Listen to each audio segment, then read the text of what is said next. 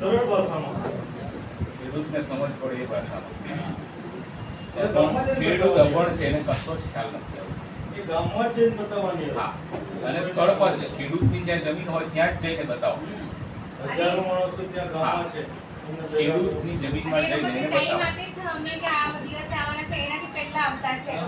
હા, એટલે એટલે અમને ઓનલાઈન હા, એની ટાઈમ આવે છે અમે કોઈને જે ટાઈમ આપેલો છે એનાથી એ લોકો એક દિવસ પહેલા આવેલા છે અને અમે ઓનલી લેડીઝ રહેતા હોય એ લોકો અમારી પરમિશન પણ નથી લેતા અને અમારા એન્ટ્રન્સમાં એન્ટર થાય છે.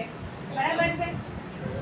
એ લોકો જે ટાઈમિંગ હોય અમે હાજર હોઈએ કે કોઈએ જાણ કરી આવો. એક દિવસ પહેલા એ લોકો આવ્યા છે. એક દિવસ પહેલા આવી ગયા છે અમને બીજા દિવસે કીધું જાણ છે કરી હોય હમણાં તો હા તો ગ્રામ સભા ગામના લોકો જોડે ચર્ચા કરી હોય તો એ ચર્ચા કરી હોય એની તમારે લેખિતમાં જે વિલેજ ગ્રુપ હોય એ અમને આપો.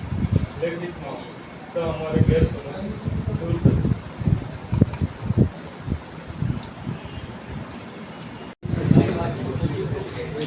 અનુસૂચિત 5 કોઈ વિકલ્પ ના હોય તો જ તમારે નવો રસ્તો બાયપાસ કરવો પડે. તો તમારે હયાત રસ્તામાં તમારે એવું કહેવું છે કે અસંખ્ય દવાખાનાઓ જાય છે, અસંખ્ય ઘરો જાય છે, અસંખ્ય સ્કૂલો જાય છે. એ કઈ સ્કૂલો જાય છે, કયા ઘરો જાય છે અને કયા દવાખાનાઓ જાય છે પણ આમ એને છપ્પરમાં તમે નેત્રંગ સુધી જઈને આવો તો તમને કેટલા વળાંક દેખાશે. આપણા તાલુકામાં આવીને પછી કેમ સીધો રસ્તો કાઢે છે અને પોતાના માણસોને બચાવે છે, પોતાનો પંપ બચાવે છે, આશ્રમ બચાવે છે, એ બધું કેમ બચાવે છે?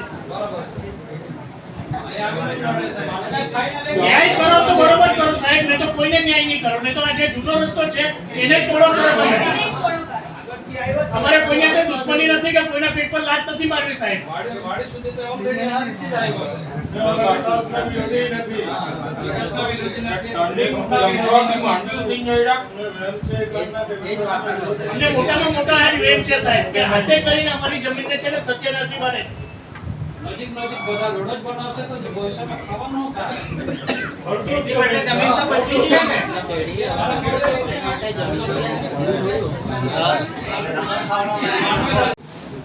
એ ગલત સમજાવે છે લોકોને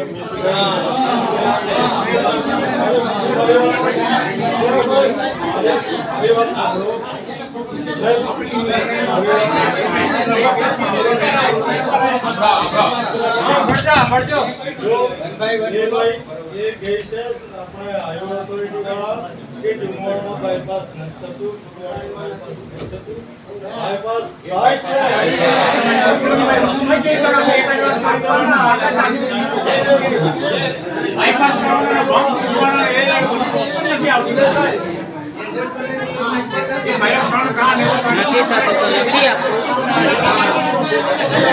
શું ચર્ચાઓ કરવામાં આવી? હું કમલેશ ચૌધરી, ગામ મોરીઠા અને માંડવી તાલુકા ખેડૂત આગેવાન છું.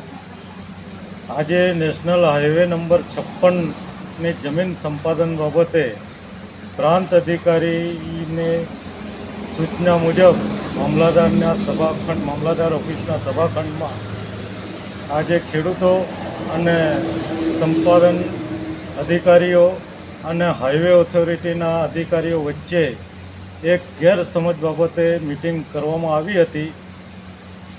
હાઈવે ઓથોરિટી અને જમીન સંપાદન અધિકારીઓને એવું હતું કે ખેડૂતોને ગેરસમજ છે, પરંતુ વાત આખી વિપરીત હતી કે આ જે ખેડૂતો છે પ્રથમ દિવસથી જ જમીન પોતાની આપવા તૈયાર નથી અને આ ખેડૂતો વિકાસના વિરોધી નથી.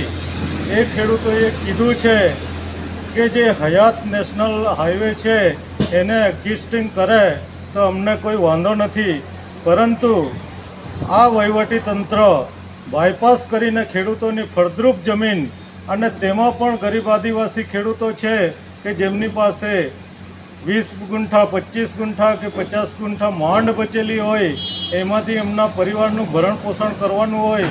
આજે થોડું શિક્ષણ આવ્યું, આ તે થયું એટલે ખેતીમાં એ લોકો જીવી ખાવા માટે પ્રયાસ કરે છે ત્યારે આ નેશનલ હાઈવે 56વાળા એમની નવી ફળદ્રુપ જમીન બાયપાસના નામે કબજો કરવા માગે છે. પરંતુ આ વિસ્તારમાં માંડવી તાલુકાના જે 9 ગામો છે અસરગ્રસ્ત, એ અસરગ્રસ્ત ગામોમાં 9 ગામોમાં ગ્રામ સભાએ પણ નામંજૂર કરેલ છે નવો રસ્તો બનાવવા માટે. એમણે પણ એવી રજૂઆત કરી છે કે જે જૂનો હયાત રસ્તો છે એને એડજસ્ટિંગ કરે તો અમને ક્યાંય વાંધો નથી.